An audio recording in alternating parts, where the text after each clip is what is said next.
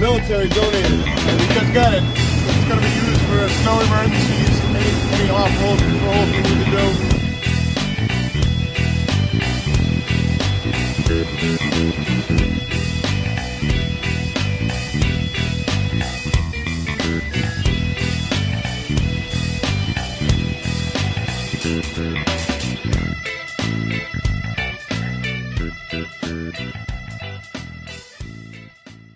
As your Fire Chief Cole Bushnell, it's my pleasure to take part here with everyone today. Our demonstration this year is going to be a motor vehicle accident here in the back parking lot of the Public Safety Building. And we have the firefighters that will be responding in with engine 1, which is the black engine. And that engine is set up for all of our rescue situations. It carries our jaws of life, our airbags for lifting things.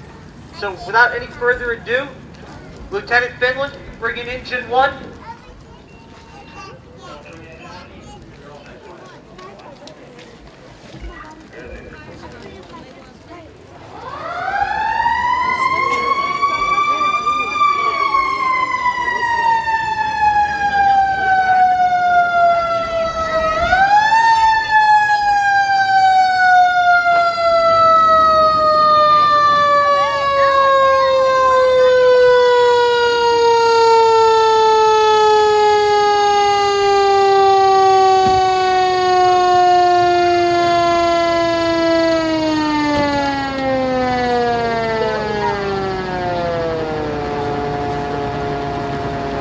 Probably hard to keep in mind the type of rescue work that the fire department in Norfolk performs.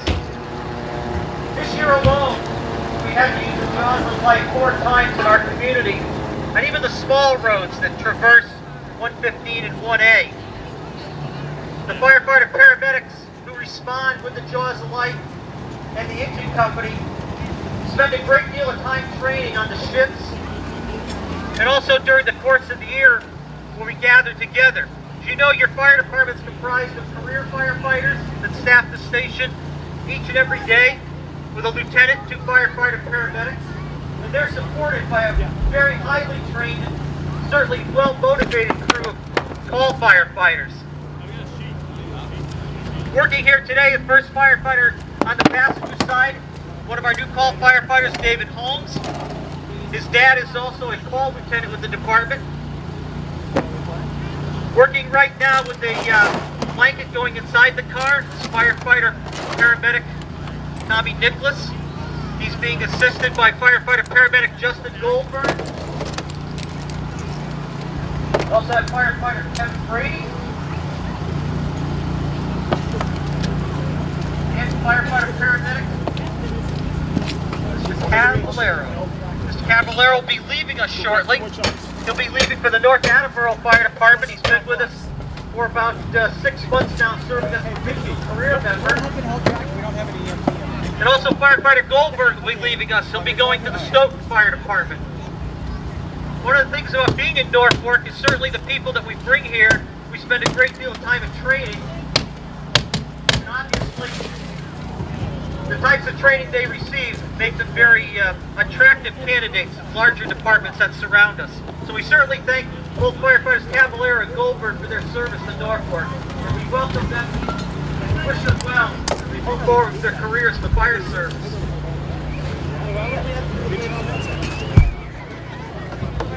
What the simulation today is we have the simulated injured party underneath the vehicle.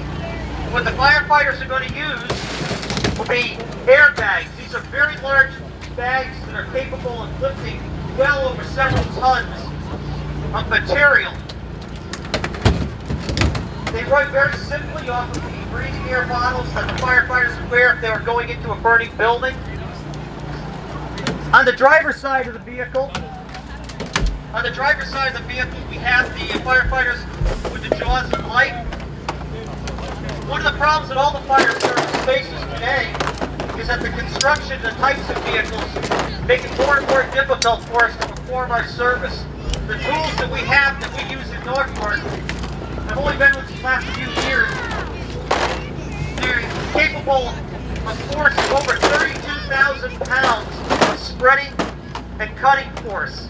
And that takes into account the construction of the vehicles today. And how difficult it is to cut or to spread the way the vehicles are put together with the various layers of metal today.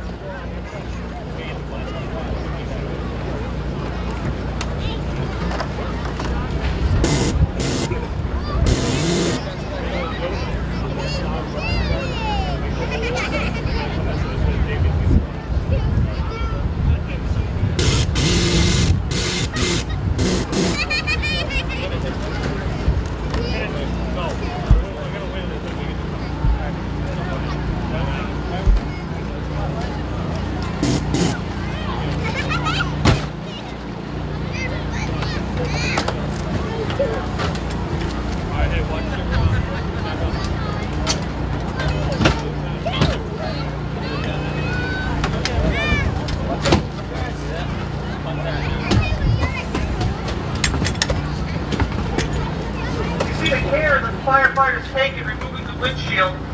One of the first things that we need to do in a motor vehicle accident is we're not looking to remove the patient so much from the vehicle as we are looking to remove the vehicle from the patient. What we try to do is we try to leave the patient in place as best as we can to protect their spine, protect their neck from any further injury. So to do that, we basically disassemble the car to reach the patient.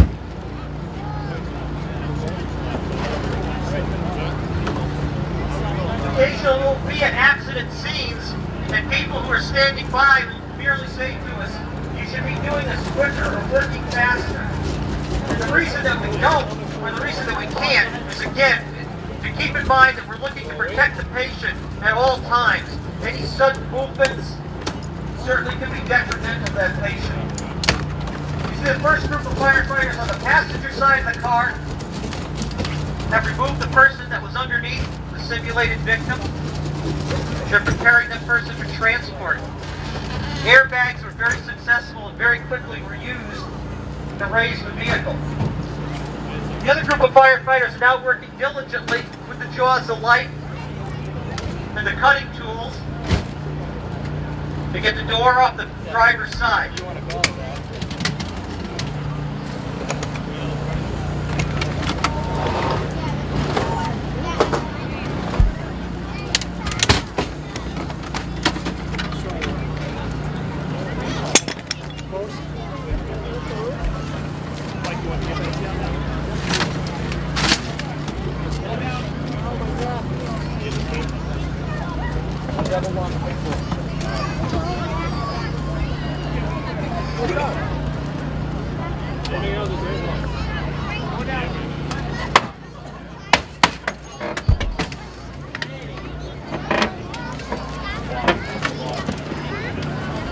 Firefighters right now with the jaws of life are actually spreading the car apart and they're removing the driver's side door.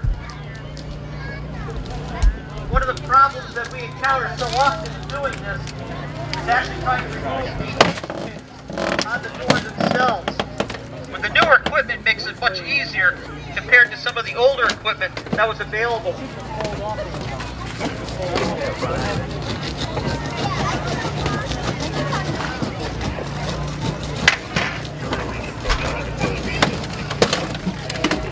And the driver's door next door has been removed.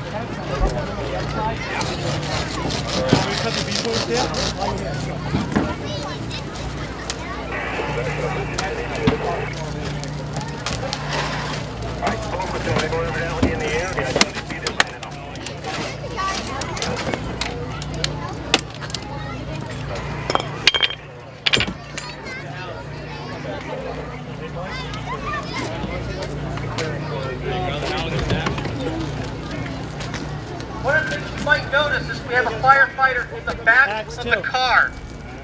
And the purpose of that firefighter is to hold what's called stabilization of the patient's neck to ensure that there's no any further injury. You can see that that firefighter is in the back of the vehicle can be in some peril as we try to work around him. Which is a good reason why that we have all the protective clothing that we use. Our helmets, coats, boots, and protective pants along with our gloves. That's an additional 30 plus pounds of equipment that the firefighter has to wear responding to any incident.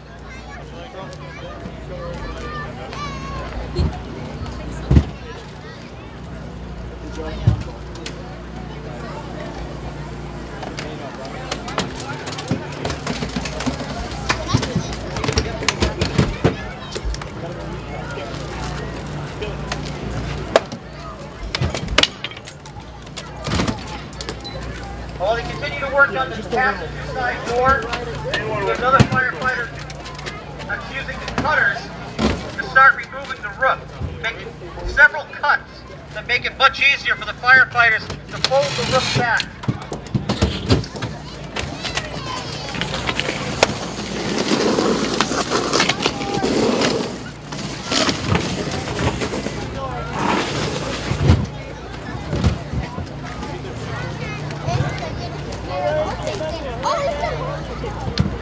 Baby, you want to grab the stretcher? It's right inside there.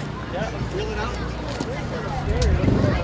As your fire department trains in vehicle extrication, the use of all of our tools, certainly that wouldn't be possible without the gracious and grateful donations from Norfolk Auto.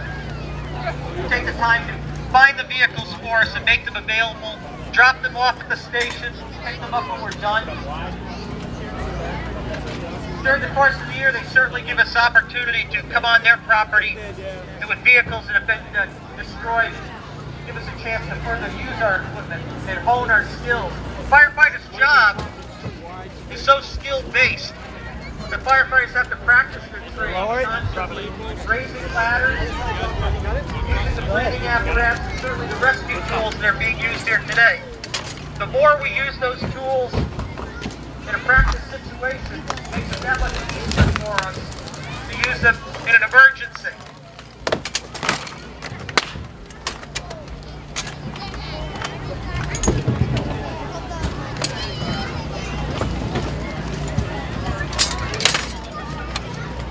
Actually, that's good.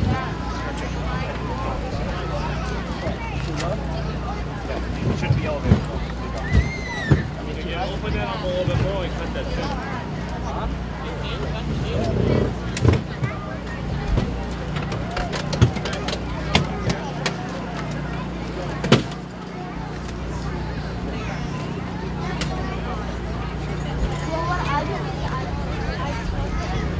Everybody's watching here today is certainly the tenacity of the crews that are working on this vehicle.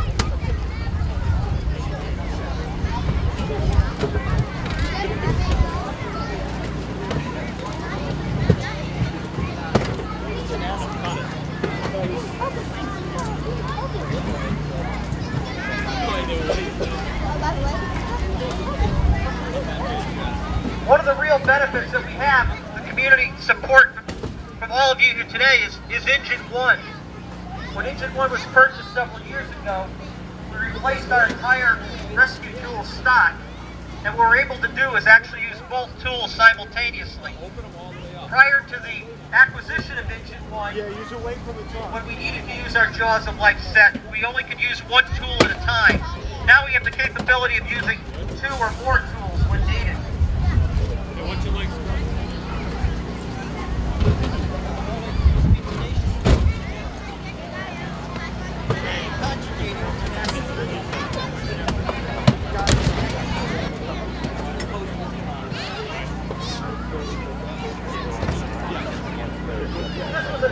emergency, the firefighter in the back of the vehicle would have already established IV treatment.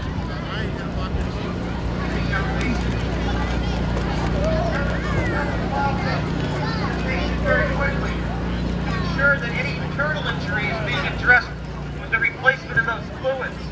The firefighter would probably also be set up to use our heart monitor so that we can evaluate any changes in the patient's heart rate to determine if we need to use any of the medications that the paramedics carry to treat any cardiac issue that could possibly be related to an accident.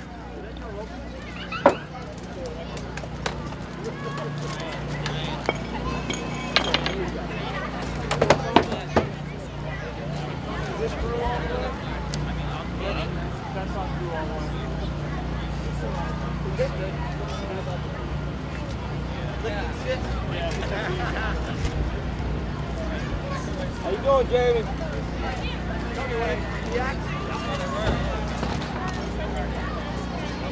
Rich, watch your head. Watch your head, Rich.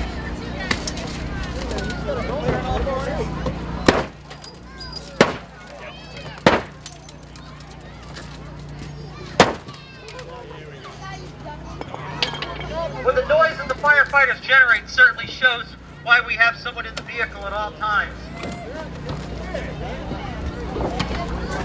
The roof comes back, and the patient is readily available for removal from the vehicle.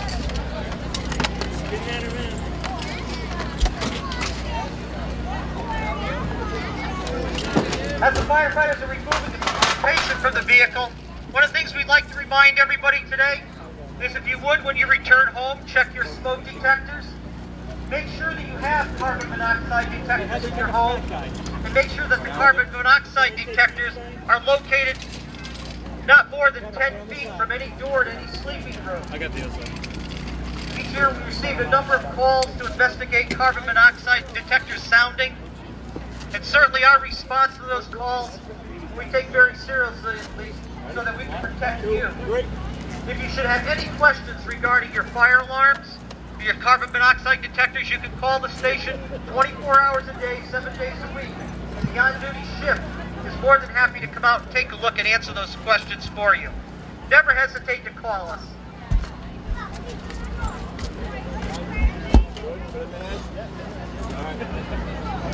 Billy. Twist the other way, head on this Some of the side. firefighters that are working here today were involved in a second alarm fire early this morning in Bellingham. We returned shortly before 2 a.m.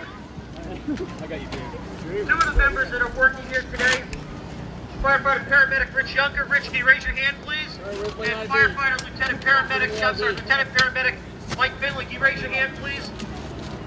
They were involved in a medical early this morning involving a patient that was in cardiac arrest. Okay. Kind of walk by everybody. Revive that patient with their paramedic skills. Let's give them a big round of applause. And also one round of applause for all the firefighters that assisted here today. Thank you. That concludes our demonstration for today and our activities for Fire Prevention Week. We hope that each and every one of you have enjoyed your time here, and we certainly hope you have a continued safe year. Should you have any questions whatsoever, never hesitate to contact us. Thank you very much for your support and have a great afternoon.